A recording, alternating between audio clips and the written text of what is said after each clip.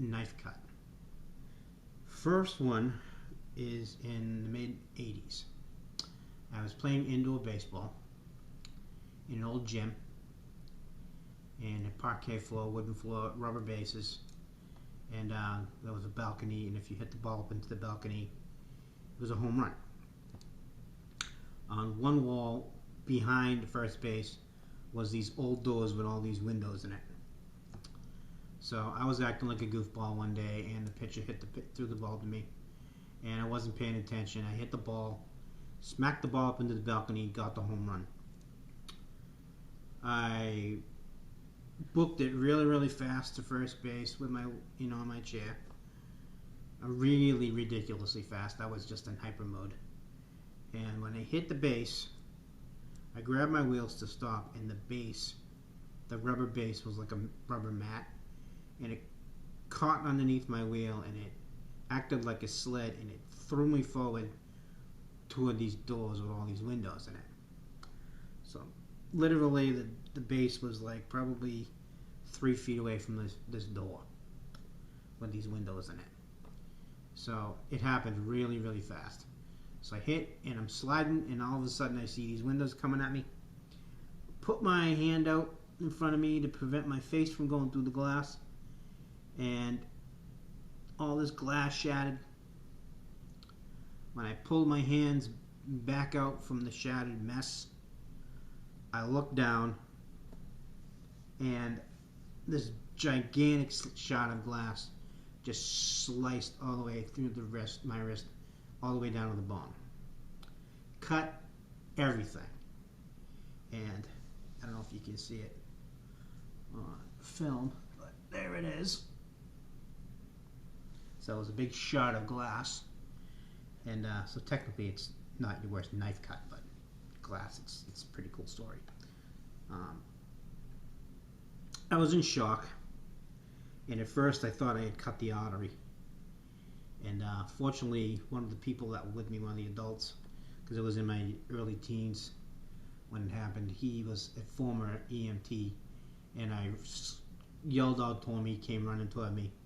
First thing he did was he slapped a handkerchief around my wrist, and he said, "Don't worry about it. You didn't cut the artery," because I originally thought I cut the artery and I was just gonna start spurting blood everywhere. Fortunately, your artery is on your inner wrist and not your outer wrist. So there's a tip for you.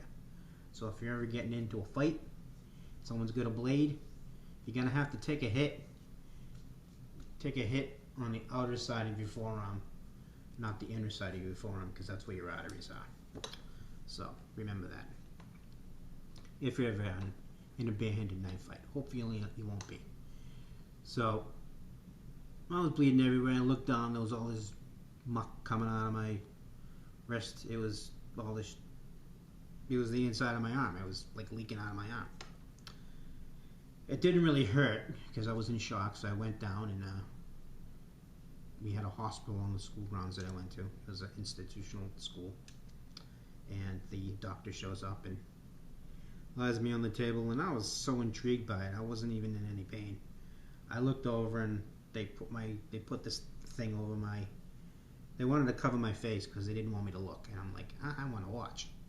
So I'm looking over, and they had these clamps, and they had my friggin' arm flayed open, and they had to inspect the wound to make sure there wasn't any glass. They had to clean it out, and the two tendons that control these two fingers, the ring finger and your index, my little finger, was completely severed.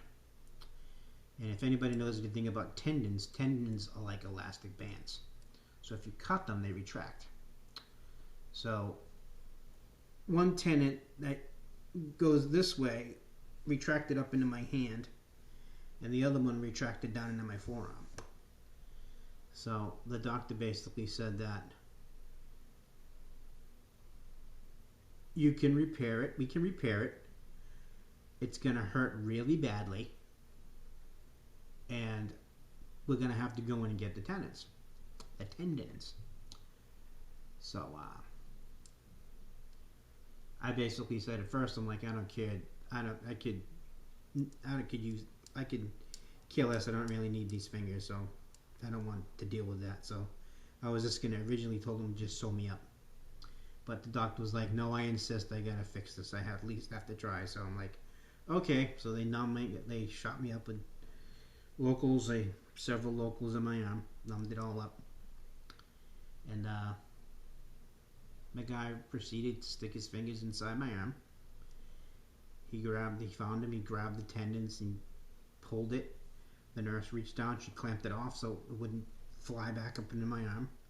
And they grabbed the other one and they basically squeezed them together with these clamp thing, and then they took this special medical staple gun thing, and they basically staple gun my tendon back together again. And then they just went in and they just layer after layer, they had to stitch the muscle back together, they had to stitch the fat layer back together, and then the skin layer. There's actually 3 layers. There's your muscle layer, which is your inner layer. Then on top of your muscle layer you have a fat layer, which is where your fat lays. And then on top of that you have your skin layer. So there's actually 3 layers underneath your skin. So they sewed that up, and they put my hand in a splint, and they gave me some really, really happy pills, and I was good to go for the next week or 2 and 10 days. And after 10 days you get your stitches out, and then you're good. Unfortunately, as a result of that accident, I've completely lost the feeling in my right hand. So I can't feel because I severed the major nerve to my hand, so I can't feel it. Well, most of it I actually can't feel. Like this whole part is like all numb. So that was knife cut number 1. Pretty gnarly story. Knife cut number 2, I was using a mandolin, and I should actually have gotten it, but it's this, it looks like a washboard, and it's this little thing, and it's got a blade on it, and you basically take it and you cut vegetables with it, and you rub it back and forth, and you've probably seen it on food channels and stuff, and it's got this friggin' sharp blade on it, and you basically rub your vegetable back and forth, and it slices your vegetables for you. It makes it really, really fast. But if you slip at all, you could do some major damage to these. So I was slicing a friggin' onion or something, and I was working it, and lo and behold, all of a sudden, bing, I just felt a lot of pain, looked down, there was blood all over the food and everything, and I had taken this, was it this finger? It was one of these 2 fingers, and I had completely cut. Oh yeah, okay, there it is. Yeah, alright, there's the line. Actually, if you can see it right there, it was this finger. The line's right there. It's pretty faded, but basically from there to there I had cut completely off. It sliced through the nail and everything, and it was pretty shocking. So it's flapping off. It was still kind of hanging on there by the nail. It just kind of didn't go all the way through the nail. So, but it was completely cut through. So you could basically just go, and that's my nail, my finger. So I took it, the bleeding to stop, and then I wrapped some tape around the bottom part, and then I got some old super glue, and I super glued the mother back together again, and then wiped it all off and stuck it in some hydrogen peroxide and wrapped it up, and some gauze and some tape, and I was good to go.